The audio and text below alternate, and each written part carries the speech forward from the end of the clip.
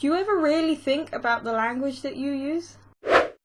Hey guys, welcome to this week's Learning with Cappy. This one, I'm not really sure what I'm going to call it, but it's going to be covering ignorance, I guess. Basically, it's about the language that we use every day and don't often think about how it will affect other people. Now, I am very willing to admit that for a lot of my life, I was very ignorant about a hell of a lot of things. As a child, there was a lot I didn't know about life and people, and in part, the education system is to blame for that. But over the last year or two, I have consciously made the effort to try and educate myself on all types of things and issues like feminism and LGBT community and the race issues, and really just try and soak in all the knowledge that I possibly can, and YouTube has been my platform for that.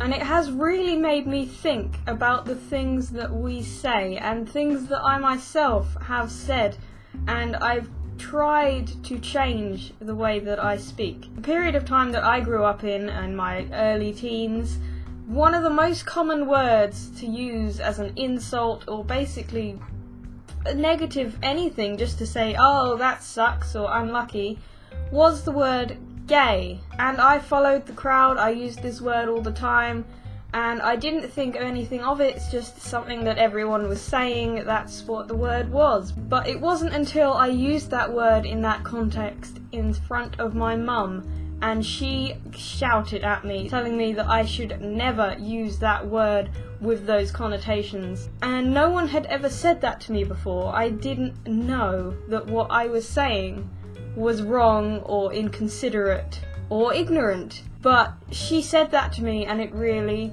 stuck, and I stopped using the word in that way, and it really made me think about how many words that people use and don't think about how it could harm other people. When you use gay as an insult, when you say things like retarded or spastic, when you trivialize rape or sexual harassment, when you casually mention self-harm or suicide in your everyday language, it can harm other people.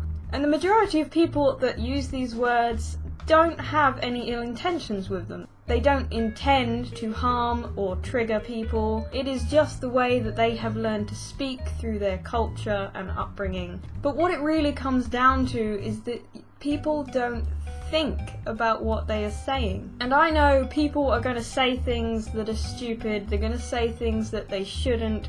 You're gonna mess up because that's human, that's what happens. I say things that I regret. The point isn't to try and be perfect, it's to think about what you're saying and recognize if you are saying something that you shouldn't, and consider how someone who has been in that situation or identifies that way may feel hearing that word. Something as simple as someone walking into a room and seeing some people who look upset and saying, "Who died?" That is something that's so common, so many people say that, and they don't mean anything by it other than, "Are you okay? Is something wrong?"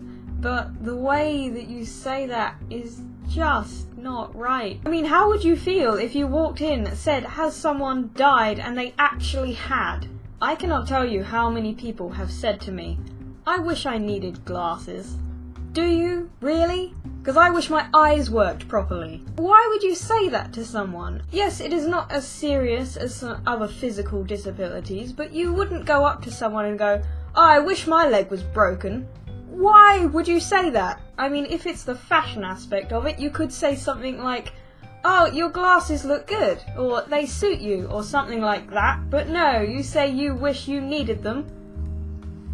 What? But there's not only ignorance in language, and there's other things that you need to think about and try and educate yourself on, such as sexual orientation and identity and genders and politics and all this stuff that you should be interested in. Down in the description I'm going to put a few helpful videos from some of my favourite channels that have helped me.